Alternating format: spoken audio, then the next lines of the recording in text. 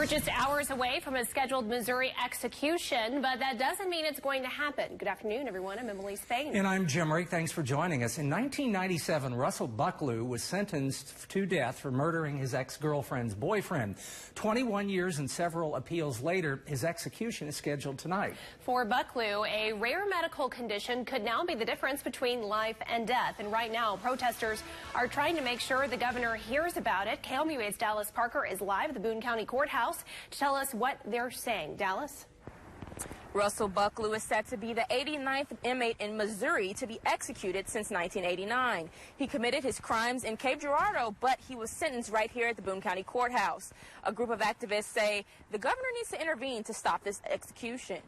In the late 90s, Bucklew was convicted of 3 crimes: first-degree murder, kidnapping, and rape. He has since been on death row for over 20 years. Bucklew's original execution was halted in 2014 because of a medical condition which his lawyer says would make it more painful. A group of activists say regardless of Bucklew's criminal past, no one deserves to be executed. Most of the world doesn't execute people anymore because they recognize the immorality of it and the impracticality of it, and it doesn't deter crime or anything.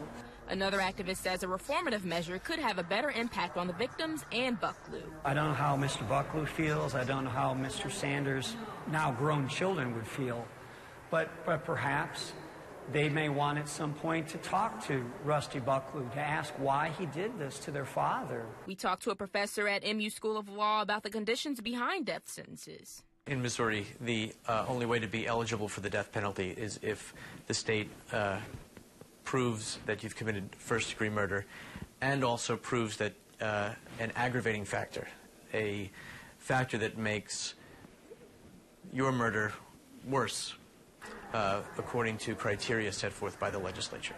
But still, some say there's no excuse for this. If we were a decent people, we would not stand for this. Decent people would not stand for the death penalty. As of right now, Russell Bucklew is still set to be executed at around 6 p.m. today. As far as we know, there's no word of the governor intervening. We will give you updates as we receive them. Live in Columbia, Dallas Parker, KOMU 8 News. Boone County fire crews will no longer serve the city of Columbia. KOMU-8's Chelsea Haynes is in the newsroom to tell us what this means during times of emergency. The Boone County Fire Protection District says it's had to increase its numbers in Columbia with less help from the city's fire department. And the numbers back them up. The Boone County Fire Protection District has 15 fire stations. The Boone County Fire Protection District says more than half responds to the calls within the city limits. Former city manager and member on the Boone County Fire Protection Board says it's time for county taxpayers to get what they deserve. It's not fair, I don't think, for the taxpayers in the district to be paying for the costs within the city. The new changes will go into effect on April 3rd. The Columbia Fire Department says you all have nothing to worry about. The department will continue to respond to its calls within the jurisdiction. Reporting in the newsroom, Chelsea Haynes, KOMU 8 News. Texas police say they are dealing with a serial bomber after a 5th explosion early this morning. The bomb went off at a FedEx sorting facility near San Antonio. One employee was taken to the hospital with minor injuries. They say they aren't sure if the bomb is connected to the 4 explosions in Austin this month. Those bombings have killed 2 people. It's very early in the investigation, obviously, but we're confident that neither this facility nor any location in the Schertz area was a target. We're looking. It's not easy to find, but these are sick people, and we have to find them as soon as possible. We have to find them really immediately. The FBI has not announced where the packages were supposed to be going. Meanwhile, a Missouri woman walked out her front door to find a scary scene of her own. NBC's Dia Wall has her story from St. Joseph.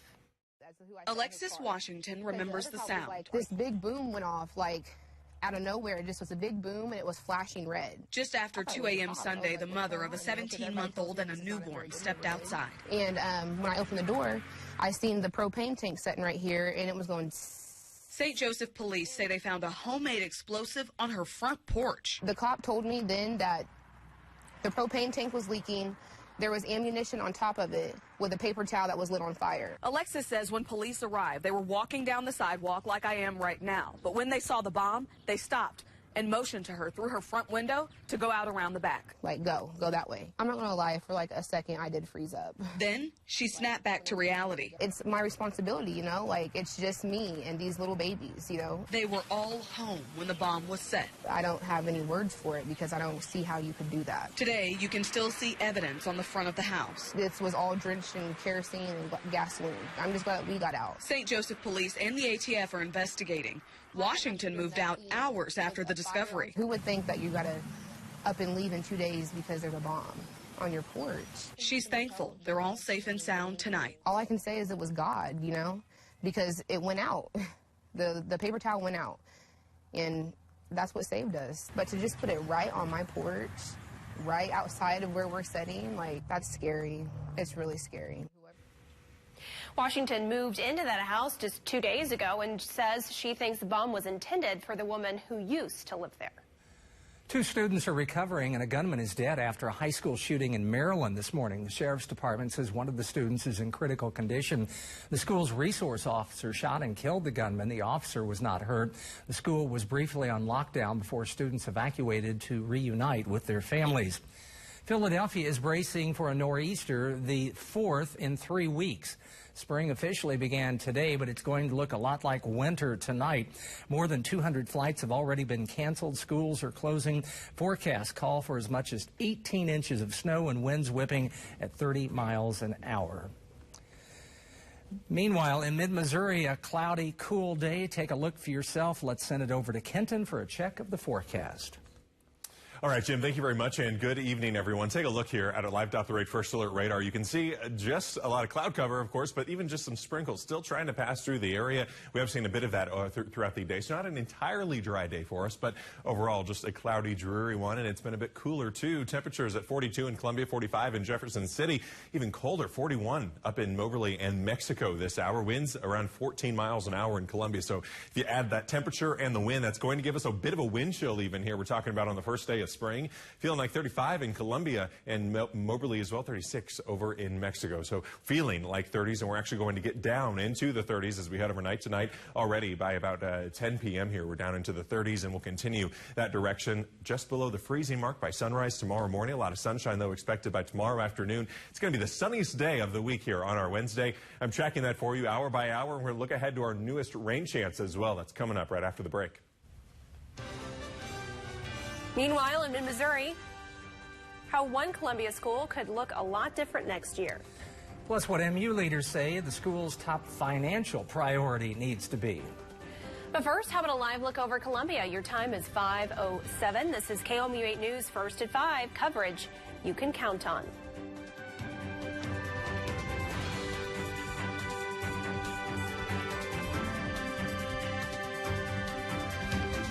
Welcome back to KOMU News First at 5. Live look over the Lake of the Ozarks here on our First Alert weather cam. A bit of cloud cover out there, but even some sunshine trying to poke through the clouds. Take a look at our almanac for our day today. First day of spring for us here, and our high temperature 46 degrees. Not the record. The record was set last year in 2017, 84 degrees a year ago today, but otherwise 34 for our low temperature. That is seasonal for this time of year. Also look at our precipitation. So far for the month, about halfway through the month now, a little bit over that, about 2 inches so far of total accumulation, a bit above average, and for the year we're about an inch and a half above average for 2018. But remember, we ended 2017 5 inches below average. So we are still a bit dry here if you consider November and December of last year. Only saw about half an inch those 2 months combined. That really brought down our totals heading into the new year. Now temperatures here across a lot of the United States, you can see where this colder air is continuing to push in here. About 42 in Columbia. It's a bit warmer over here in the southeast, especially Jacksonville there, looking at 76 degrees. They have some severe weather over there.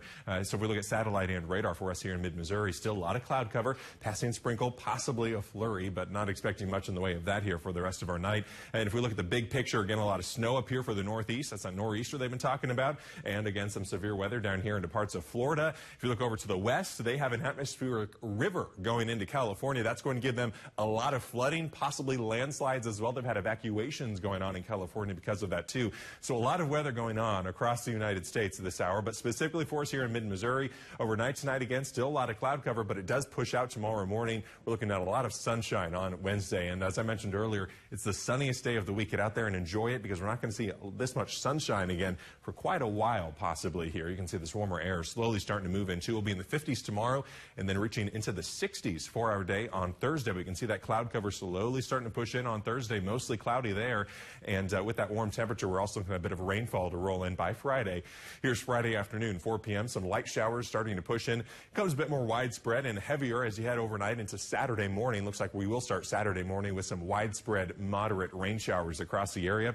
Pushes out, though, and by Saturday evening, I do believe we will be on the drier side of things there, but we do have more rain possible as you head into Sunday and into Monday as well here. That's Sunday afternoon, and then by Monday, a better chance there for some more rain as you start a new work week. So basically, as you head past tomorrow, we're looking at cloud cover, some passing chances for rain as well, and that's not going through the weekend and through about the middle of next week, too. So get ready. Spring has definitely sprung here in mid-Missouri. 30 degrees for our low temperature tonight. Again, that's mostly cloudy skies. Don't really clear out until just around sunrise tomorrow morning. North winds about 5 to 10 miles an hour there. And then 52 for our high temperature, mostly sunny. Also, northwest winds only 5 to 10. So a bit of a calm day for us. That's nice. And then we're up into the 60s. Remember, 60 degrees here on Thursday, 58 on Friday with that rainfall slowly starting to push in throughout the day. 57 on Saturday with rain as well. And high temperatures very seasonal throughout this time. Even though we do have the rain and the cloud cover, we're looking at high temperatures in the 50s, low temperatures in the 40s. And again, a lesser chance of rainfall on Sunday, but better chances for showers and thunderstorms to start a new work and school week on Monday. campus leaders discussed priority projects with the Board of Curators today. All 4 University of Missouri campuses highlighted their needs to the board's finance committee. MU projects included construction of a medicine complex. The chancellor says it will allow students to conduct clinical trials and receive research funding. He also says it will benefit the community. It's not just about the research funding when we're doing the clinical trials. It's about the medical treatment that people in Missouri are receiving, and we want to be at the forefront of that treatment for our citizens. The Finance Committee will work alongside other curators to review the projects. In April, they'll vote on which projects will be included in the final capital plan. Another fraternity is getting kicked off the MU campus. An investigation into the Farmhouse fraternity revealed allegations of hazing and alcohol violations. Columbia police say they will investigate the claims. MU records show Farmhouse violated hazing rules last fall and was on disciplinary probation until February of 2019. The MU chapter started more than a century ago. A Catholic school in Columbia will break ground this spring to add more space. Bishop Sean McKnight approved a $6.6 million school addition for Our Lady of Lourdes Interparish. The school currently uses 8 trailers and 4 basement classrooms. The addition will allow about 200 students to move to the main building. The addition will include more than just new classrooms. Classrooms for 6th, 7th, and 8th, and then it's an art room, music room, maker space, computer lab, library, and then the administration offices area will move into the new addition as well. Cordes hopes to break ground and start construction this April. Students will move into the new addition beginning of the 2019-2020 school year. As the cost of one common illness rises, why patients and caretakers say enough is enough. Tonight, the race to catch a serial bomber intensifies. The threat widens in Texas after a 5th explosion. What investigators have learned from a device that went off at a FedEx facility. Plus, the town's still powerless 6 months after Hurricane Maria. More than 5 million Americans live with Alzheimer's. 110,000 are in Missouri. A new report released today reveals a sharp increase in those who will be affected by the disease and the cost of caring for patients. KOMU 8's Kyrion Lee is in the studio to take a deeper look at the numbers. In Missouri, there are 110,000 people over the age of 65 who have Alzheimer's. The cost of providing care for all Americans with Alzheimer's hit $277 billion this year. Alzheimer's is the 6th leading cause of death in the U.S. and is the only cause without a way to prevent, cure, or even slow its progression. Advocates and groups are taking action to bring awareness and provide help. There are more than 5.7 million Americans living with Alzheimer's disease in the United States. In Missouri, there are 110,000 people who are over the age of 65 living with Alzheimer's.